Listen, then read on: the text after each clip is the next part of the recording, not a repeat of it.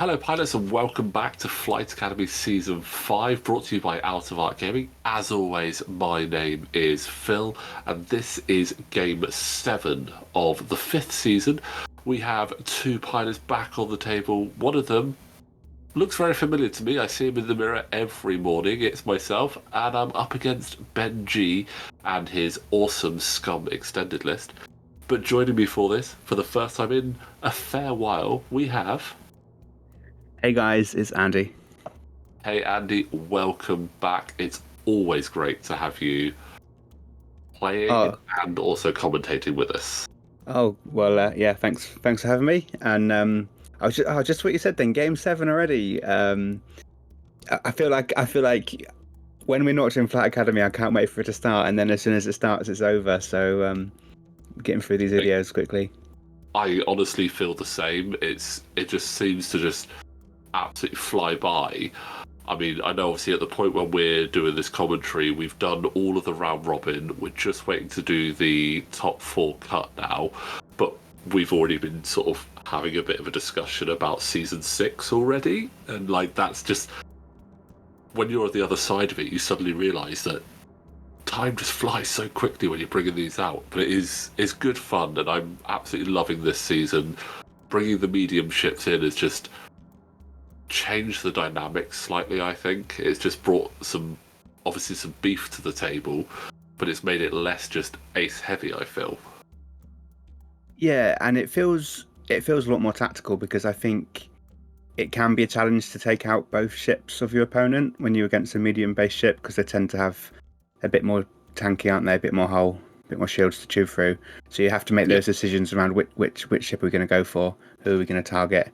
Will we be lucky and get them both down, or do we just try and take one and not lose one of yours? Or absolutely, and most pilots for this brought both 5-point ships on like the medium and the small base, so it almost wasn't an advantage to take out the other for the points. You kind of had to go, right, which pilot is scarier, or which pilot do I think I can take down the quickest? And that has been a big decision, I think, for all pilots so far. But we are, like I said, cracking straight on in to Game 7. Whisper has just done an aggressive decloak up the board. But that is an aggressive counter there from Zizor, just getting ready to possibly pounce on my equally manoeuvrable ship. yeah, and that's the position where you're going to want to hang on to that evade token so you can get the recloak, isn't it? Give you much more options. I guess you want to do that every turn, but I mean, I found it with... Oh, did that fit? It did fit, but I definitely don't have arc there, which is not a nice place to be. And I really wish that I had a boost on the Phantom. It doesn't have a boost. What is up with that? This ship just does not have boost. It's really weird. But yeah, there have been times where I've elected not to cloak at the end of a turn, and it felt wrong. It didn't feel right to me to not cloak, but sometimes it actually does work out beneficial. But that's not a great position for Whisper to be in. Yeah, we'll see. Yeah, got the barrel roll, which looks like I'm taking that option. I could have just cloaked, but I feel that barrel roll was probably the better option there. Get out of that marksmanship range and don't bank on the extra green dice helping me, because green dice are horrible to me. And it's giving you a bit more space as well, isn't it, for the next turn? Yeah, definitely. Because those Star Vipers, as we know, can end up pretty much anywhere with those cheeky barrel rolls. The bendy barrel roll on the Star Viper is just so good. I absolutely love it. Bending the target lock there on Zizor, and one of those calculates. Ooh, cheeky shield down. Not a terrible start. I'm hoping that I do remove one of those calculates I just gained there, because I definitely did spend one. There we go. Oh, there we go. As our viewers are so good at pointing out when there's slight mistakes, which I love and I fully appreciate, because sometimes they're actually pointing out stuff that I didn't even realise. But yeah, not a bad first shot there from Ubel. Let's see. Yeah, marksmanship on a shieldless Ooh. brute is not good. Yeah, not having shields. It's tough, isn't it? Taking those crits early. Yeah, that's a damaged engine early, making his already not great hard turns worse. Oh, that's a great return shot. natties. Oh, Ubel's ability coming in absolutely brilliant there. There's one going through.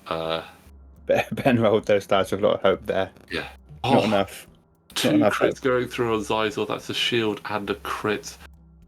Half points, and it's a fueling. That's why I brought Ubel, for that double tapping potential, to hopefully get that working absolutely spot on, and that is the perfect example of where it worked there. For sure. Yeah, he can take the damage, but he can equally deal it out. So, almost like a glass cannon, which is unusual for a medium base ship, I suppose. Yeah, I mean, it was tough when because I almost instantly went, well, I'm going to fly Whisper this season. And then I was looking at the medium base ships that could go with him, and I was just like, well, with her, sorry. I was like, there's not any real great options. Like, the Brute was probably the best option. That's another hit crit going through on Ubel. What do we get? It's a nice defense roll there against that attack. Yeah. Loose stabilizer.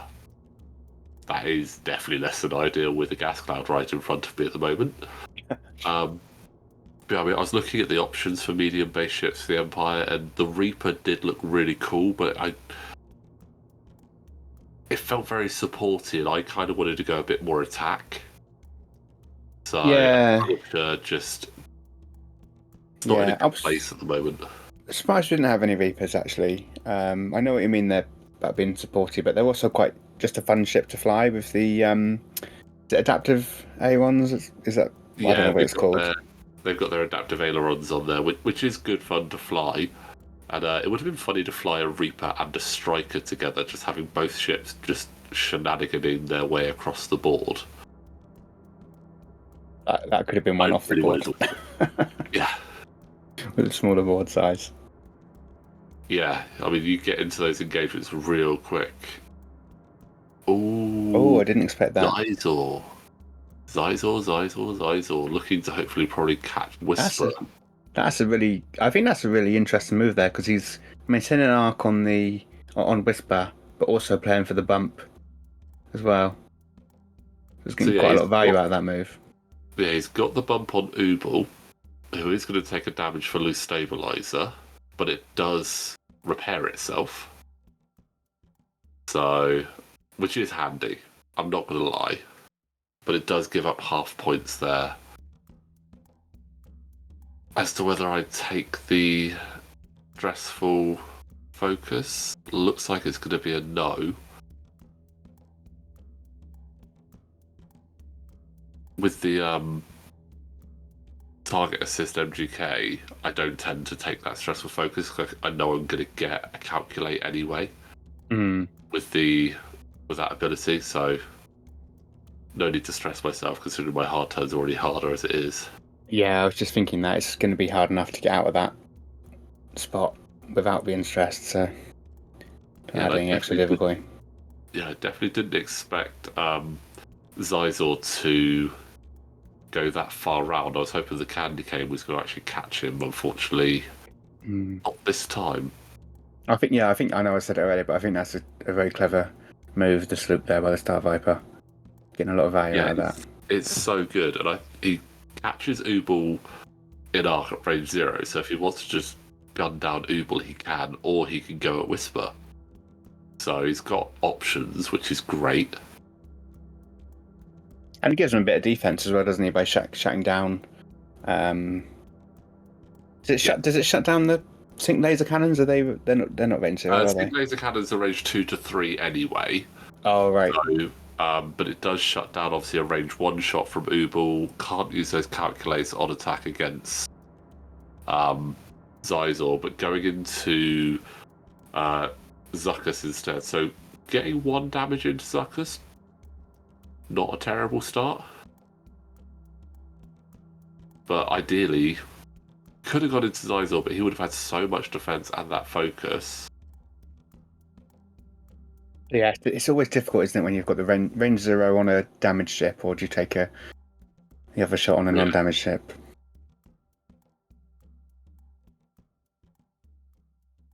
See, so looks like Zizor, I think, is going. Looks like the range 0. Yeah, looks like the range 0. Just the 1 through, not bad, but You can get in there. yeah, getting there. And there we go. There's the double tap. So that bonus attack back at Zizor.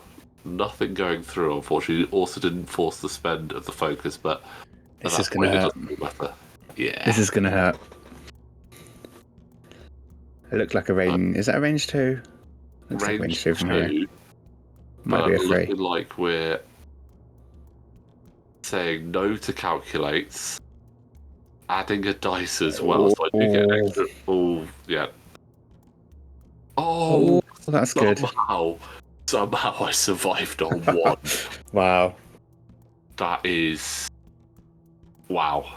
Zuckuss is pumping out damage. That extra red dice is crazy. And it looks like no electronic baffles to get rid of one of those. Oh no, there we go. Electronic baffles to get rid of one of those iron, which is such a great little combo. But just quickly, whilst those dials are going down, I just want to remind you guys, if you do like what we're doing here at Out of Art Game, you can support us on Patreon with the link in the description below. Just like our latest Patreon supporter, Craig. I just want to say welcome aboard, Craig. It's great to have you supporting us on Patreon, and he's actually already submitted a fun list for us to fly, which we're hoping to get recorded as soon as possible. But thank you for signing up to the Patreon, Craig, and if you want to join as well, the link is in the description below.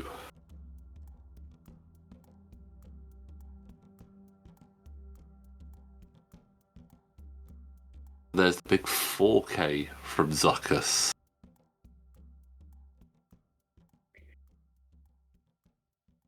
Just like managing to avoid that asteroid, or the debris cloud as well there, which is so good.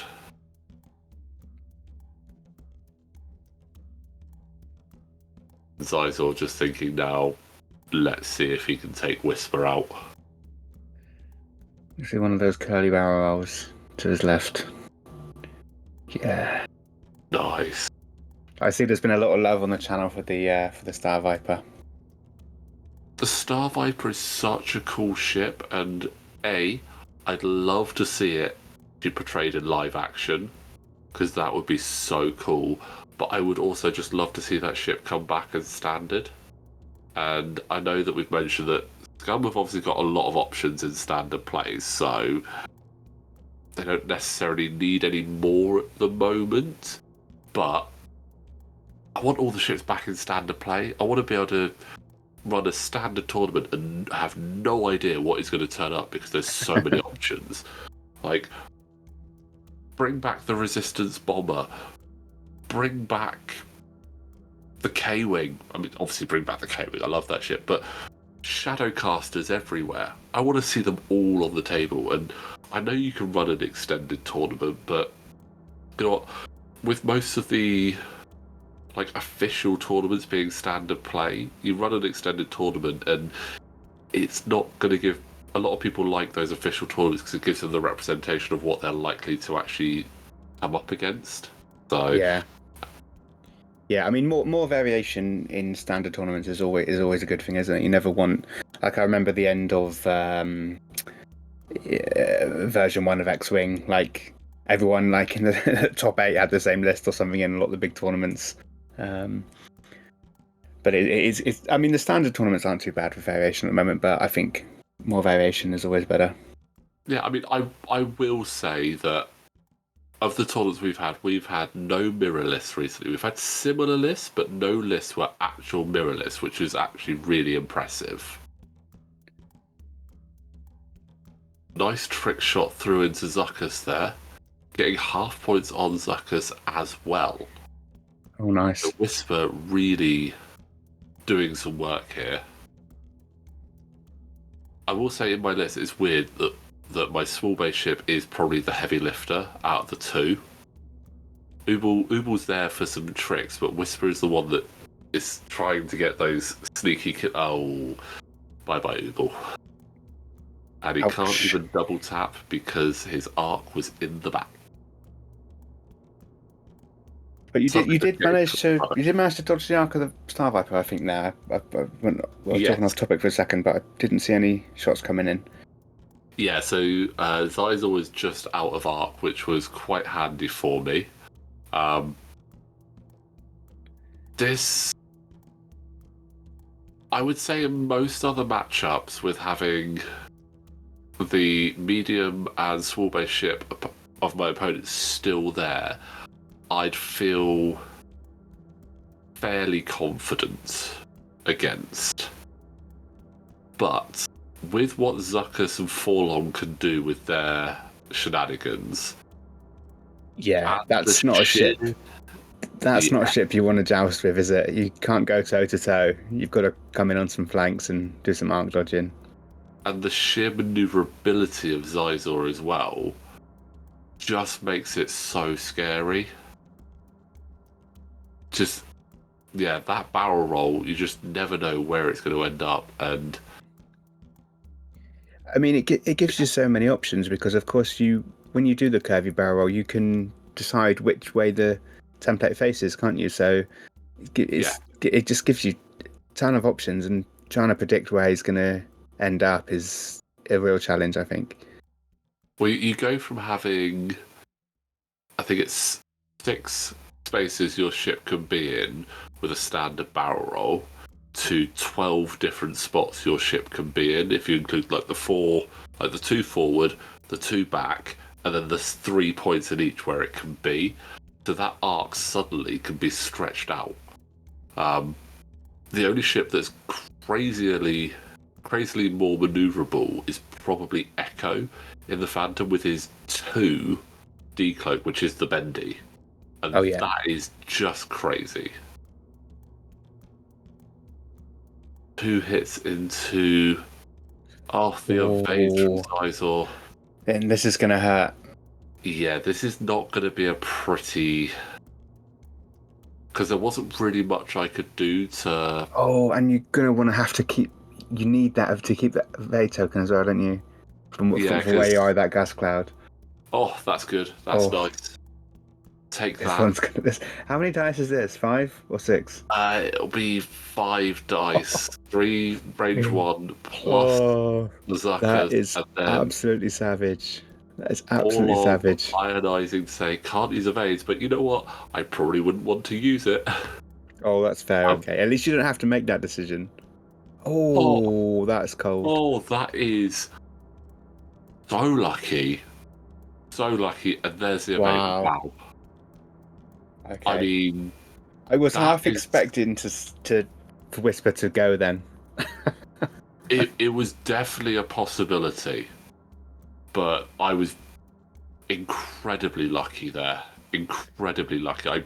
I pushed that a little bit tight. I think that was risky, but it did leave me with only 1 barrel roll option, 1 decloak option, which kind of telegraphs what options I have, unfortunately. You say it was risky, but I think when you're playing Whisper, that's the way you have to play, right? You can't play too safe. You've got to take those risks. You've got to take those chances. Yeah, especially when it's Whisper versus 2 other ships. Sometimes you've got to put yourself into those positions. Sometimes you have no choice. Yeah, exactly right. Because it's at the moment, I guess it's your game to lose, right? Because you've lost a ship. So you're gonna, you have to make something happen, right? Yeah, I mean, absolutely. Right now, I'm 1 point behind. I need to take out one of these ships to A, score a point in the overall standings, and B, actually take that lead. And if I can take out either one of these ships and keep Whisper above half, then that gives me the win. 3 minutes to do it. It's possible. It'd be interesting to see what Zizor does. Sticks there. Oh, I can't remember what I did, but I'm hoping that I did a 3, like, K turn or something. oh, if you have, that's going to be a juicy shot. Oh, I you did do have. the turn. So, not getting shot at, have the range 1. Obviously stressed, so if I do decide to cloak and decloak, I won't get the evade next turn, but... Oh, that's a beautiful shot. There we That go. is big. Oh, Star Viper just says, not today, thank you. 1 damage. Oh, that was Whisper's moment. I think that might have been Whisper's moment. we just saw 2 absolutely savage range 1 shots. One from Yeah. Zucker's in the last round and one from Whisper in this round, and neither of them sticking much damage on. I mean, Zucker's managed nothing, and I only managed 1. So yeah, they were. You'd expect more damage from that, from a nine red dice being thrown and 1 damage overall.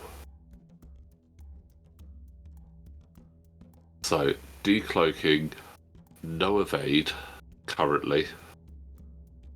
Because it's an evade action, unfortunately. You don't just gain an evade token like in the old days. Sure. I mean, back in the old days, if you hit, you could recloak. So you'd be like, oh, I'm going to decloak, shoot, hit, cloak. Great, now try and hit me. And the Phantom had 4 dice natively. Oh, that's an aggressive barrel roll. Yeah. That's making a statement. That's good.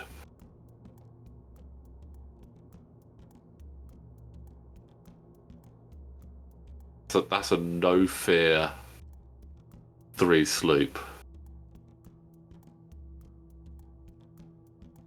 I guess it gets shots on, so he's not going to get shot.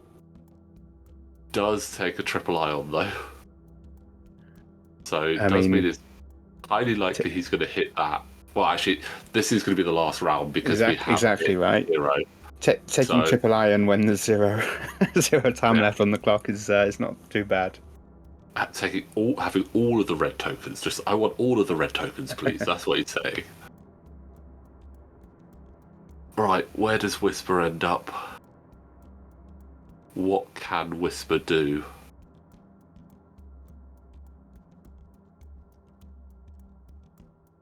Oh, Whisper bumps. I think that's still not bad for you there, though. Yeah. Looking, with Zuck. Oh, he's got 4 left on Zucker. Sorry, I was getting them muddled up. I was thinking he had 2 left. Out is some incredibly lucky crits. Fuel leak, direct hit, hull breach, 2 crits. Oh. 2 crits.